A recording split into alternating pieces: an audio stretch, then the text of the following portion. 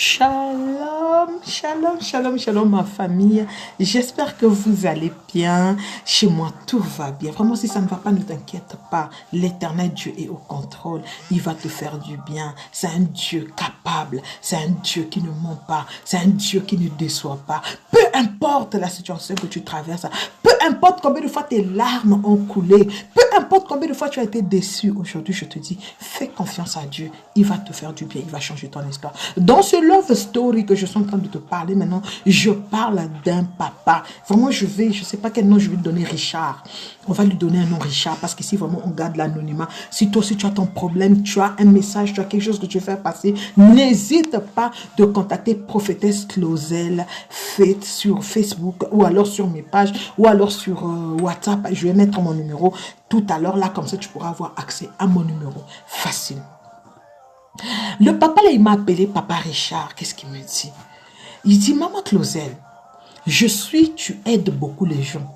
Tu conseilles beaucoup les gens. Parce que depuis longtemps que je vais commencer à conseiller les gens, depuis 2000, je ne sais pas combien, là, j'ai déjà commencé à conseiller les gens et tout. Il dit, Maman, moi aussi j'ai un problème. Partage ma situation, partage mon problème, s'il te plaît, parce que j'ai besoin d'aide. J'ai dit, Papa, je t'écoute. Il dit, Maman Claudel, je suis arrivée en Occident ici. Ça fait maintenant, donc probablement 27 ans. 27 ans par là. Avant que je n'arrive en Europe, j'avais connu une fille. Pas ma fille, même pas petite amie. Donc, c'est comme on dit, un accident s'est produit. Il est accouché avec une fille et la fille est tombée enceinte. Alors, quand la fille tombe enceinte, lui, il vivait en Afrique, en Côte d'Ivoire. Il dit alors à la fille que non, mais moi je prends la responsabilité. Comme vu que c'est ma grossesse, vu que c'est mon enfant, moi je prends la responsabilité de m'occuper de l'enfant et de la grossesse et de l'enfant. C'est ce qu'il a fait. Il est arrivé à l'étranger, il a travaillé dur, il s'est battu de telle sorte que cet enfant-là ne puisse rien manquer. À un moment donné, l'enfant est venu en ville, c'est-à-dire à Abidjan. La maman était restée à l'intérieur du pays. Okay? La maman est restée à l'intérieur dans les provinces. La maman est restée dans les provinces. Ceux qui sont dans la Côte d'Ivoire, là, il faut réagir ici. Là, j'ai besoin de vous pour bien me dire comment ça se passe là-bas. Alors, elle a demandé que l'enfant vienne en ville. Dans sa famille, il s'occupait de l'enfant avec sa sœur. Il s'occupait de l'enfant, il faisait tout pour son enfant. Entre-temps, en Europe, il a rencontré une femme, une belle femme, une femme canon, comme on dit, une femme pas seulement belle de figure, mais belle de cœur. Cette femme-là a aidé son mari, parce qu'avec cette femme-là, ils ont eu maintenant 5 enfants. Au total, 5 enfants, et compris l'autre enfant qui était resté en Afrique, ça fait 6 enfants. Qu'est-ce qui s'est passé, bien aimé? Chez nous, en Lingala, on dit quoi? Tambola na mokili, au monamaka. Il a pris son enfant. La mère était restée au village là-bas. La mère est morte. L'enfant est devenu orphelin. Le papa dit, moi ici, là, je travaille l'argent, puis je vais laisser mon fils comme ça. C'est quand même mon premier-né. Je vais faire de mon mieux que cet enfant-là vienne avec moi, vivre avec moi. Ok? Sorry, excusez-moi. Je vais faire de mon mieux que l'enfant-là vienne vivre avec moi. Il a fait des documents. Vous-même, vous savez comment ça se passe. Il a travaillé, il a fait des documents, il a fait ABCD, il s'est battu jusqu'à ce qu'il a trouvé la solution. Quand il a trouvé la solution pour son enfant, l'enfant est arrivé en Europe. L'enfant est arrivé en Europe, il avait, je crois, entre 8 ans et 7 ans, 8 ans comme ça. Là. Il est arrivé en Europe. L'enfant arrive en Europe, il s'est occupé de son enfant. Maman aussi, qui avait eu des enfants après, avec son mari, dit, mon fils, bienvenue. Il a pris cet enfant-là comme si c'était vraiment son fils. Je connais d'autres mamans, des messages que je reçois ici, là, que quand j'entends moi, la maman est mauvaise, et tout ça en Europe, quand les enfants viennent, quoi. Cette maman-là, c'est d'ailleurs elle qui a soutenu son mari. C'est d'ailleurs elle qui a travaillé l'argent. Elle a travaillé l'argent de sa poche. Elle a donné à son mari. Elle a dit, s'il te plaît, chérie, tu dois faire appel à ton fils. C'est le yaya de mes enfants. Il doit venir. Et ABCD, il a fait. Cette maman-là a aidé son mari, a contribué pour que cet enfant-là puisse venir en Europe. L'enfant arrive en Europe. Le papa-là, il a pris l'enfant. Ils l'ont emmené dans des shops, ils ont fait des shopping, ils ont tout acheté, tout ce qu'un enfant désire. Le papa l'a mis son enfant, comme on dit, à l'aise sur tous les points. Il a déclaré l'enfant comme lui-même déjà, il est devenu français, parce que ça fait moins 27 ou 28 ans qu'il est déjà en Europe. Il est devenu déjà français, donc il n'a pas de problème. Il fait appel maintenant appel à son enfant arrive, il a fait des démarches et tout, l'enfant est déclaré, donc aussitôt l'enfant devient français. Vous-même, vous savez comment ça se passe là-bas, non, les Français, vous êtes là. Alors l'enfant devient français, on a fait des documents. L'enfant a grandi, l'enfant a grandi. L'enfant arrive maintenant à l'âge de 8 ans, 10 ans, hein, 10 ans, disons 10 ans. Je vais mettre 10 ans pour ne pas trop mettre des indices. L'enfant arrive à 10 ans, l'enfant devient turbulent. Avant même que cela n'arrive, l'enfant déjà affichait des comportements qui n'étaient pas bien. Donc la maman se taisait, disait non, non, c'est un enfant aussi comme les autres, c'est pas grave. L'enfant affichait des comportements bizarres, genre il ne fait rien, genre il ne veut pas étudier, genre beaucoup des histoires que vous connaissez des enfants là qui reviennent du bled là, comment quand ils font, quand ils arrivent ici là, comment ils font. Le papa, la maman a d'abord gardé à la fin. Le papa lui-même, il a commencé à constater que l'enfant là se comportait mal. L'enfant là parlait mal même à sa femme. L'enfant là même répondait. Malgré ça, la femme disait à son mari, c'est pas grave, ce n'est qu'un enfant, il va s'adapter, c'est pas un problème, il va s'intégrer, Bien aimé dans le Seigneur, l'enfant ne s'est pas intégré. L'enfant arrive à l'âge de 13 ans. L'enfant devient insupportable. Quand je dis insupportable, là, quoi? Carré, plus carré, plus carré. Et bien fermé.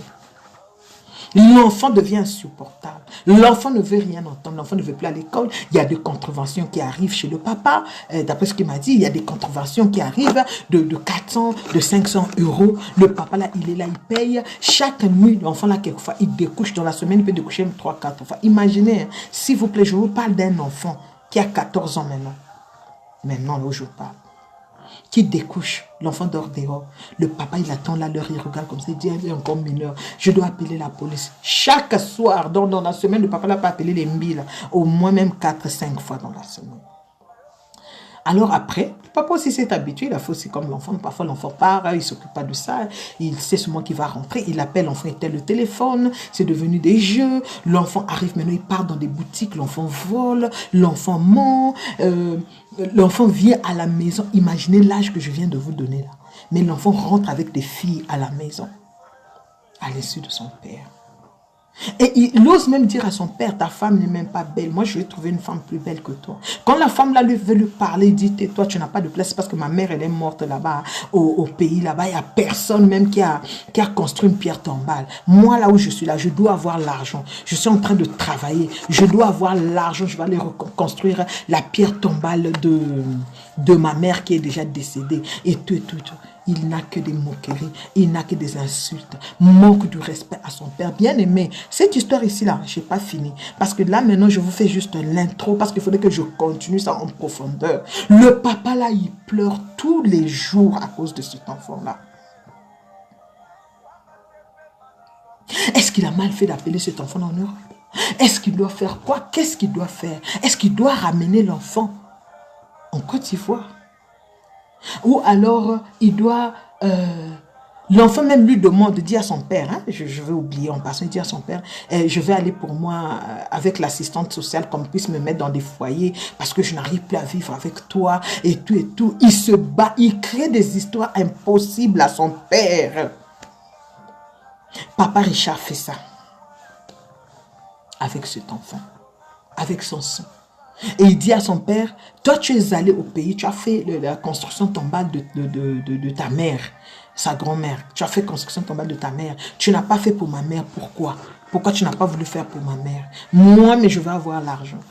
Si je vais tuer quelqu'un, là, je vais tuer quelqu'un. Moi, je dois avoir l'argent pour faire la pierre tombale de ma mère. Et d'ailleurs, je souhaite aller en vacances. Je dois aller en vacances. Maintenant, là où je parle, là, je dois aller en vacances. Donc, il voulait même pendant les vacances, je ne sais pas de Pâques, comment ça se passe, qu'il aille au pays. Le papa est en train de pleurer. Le papa, il n'arrive plus. Le papa, il n'en peut plus. Alors, il demande conseil. Il demande conseil.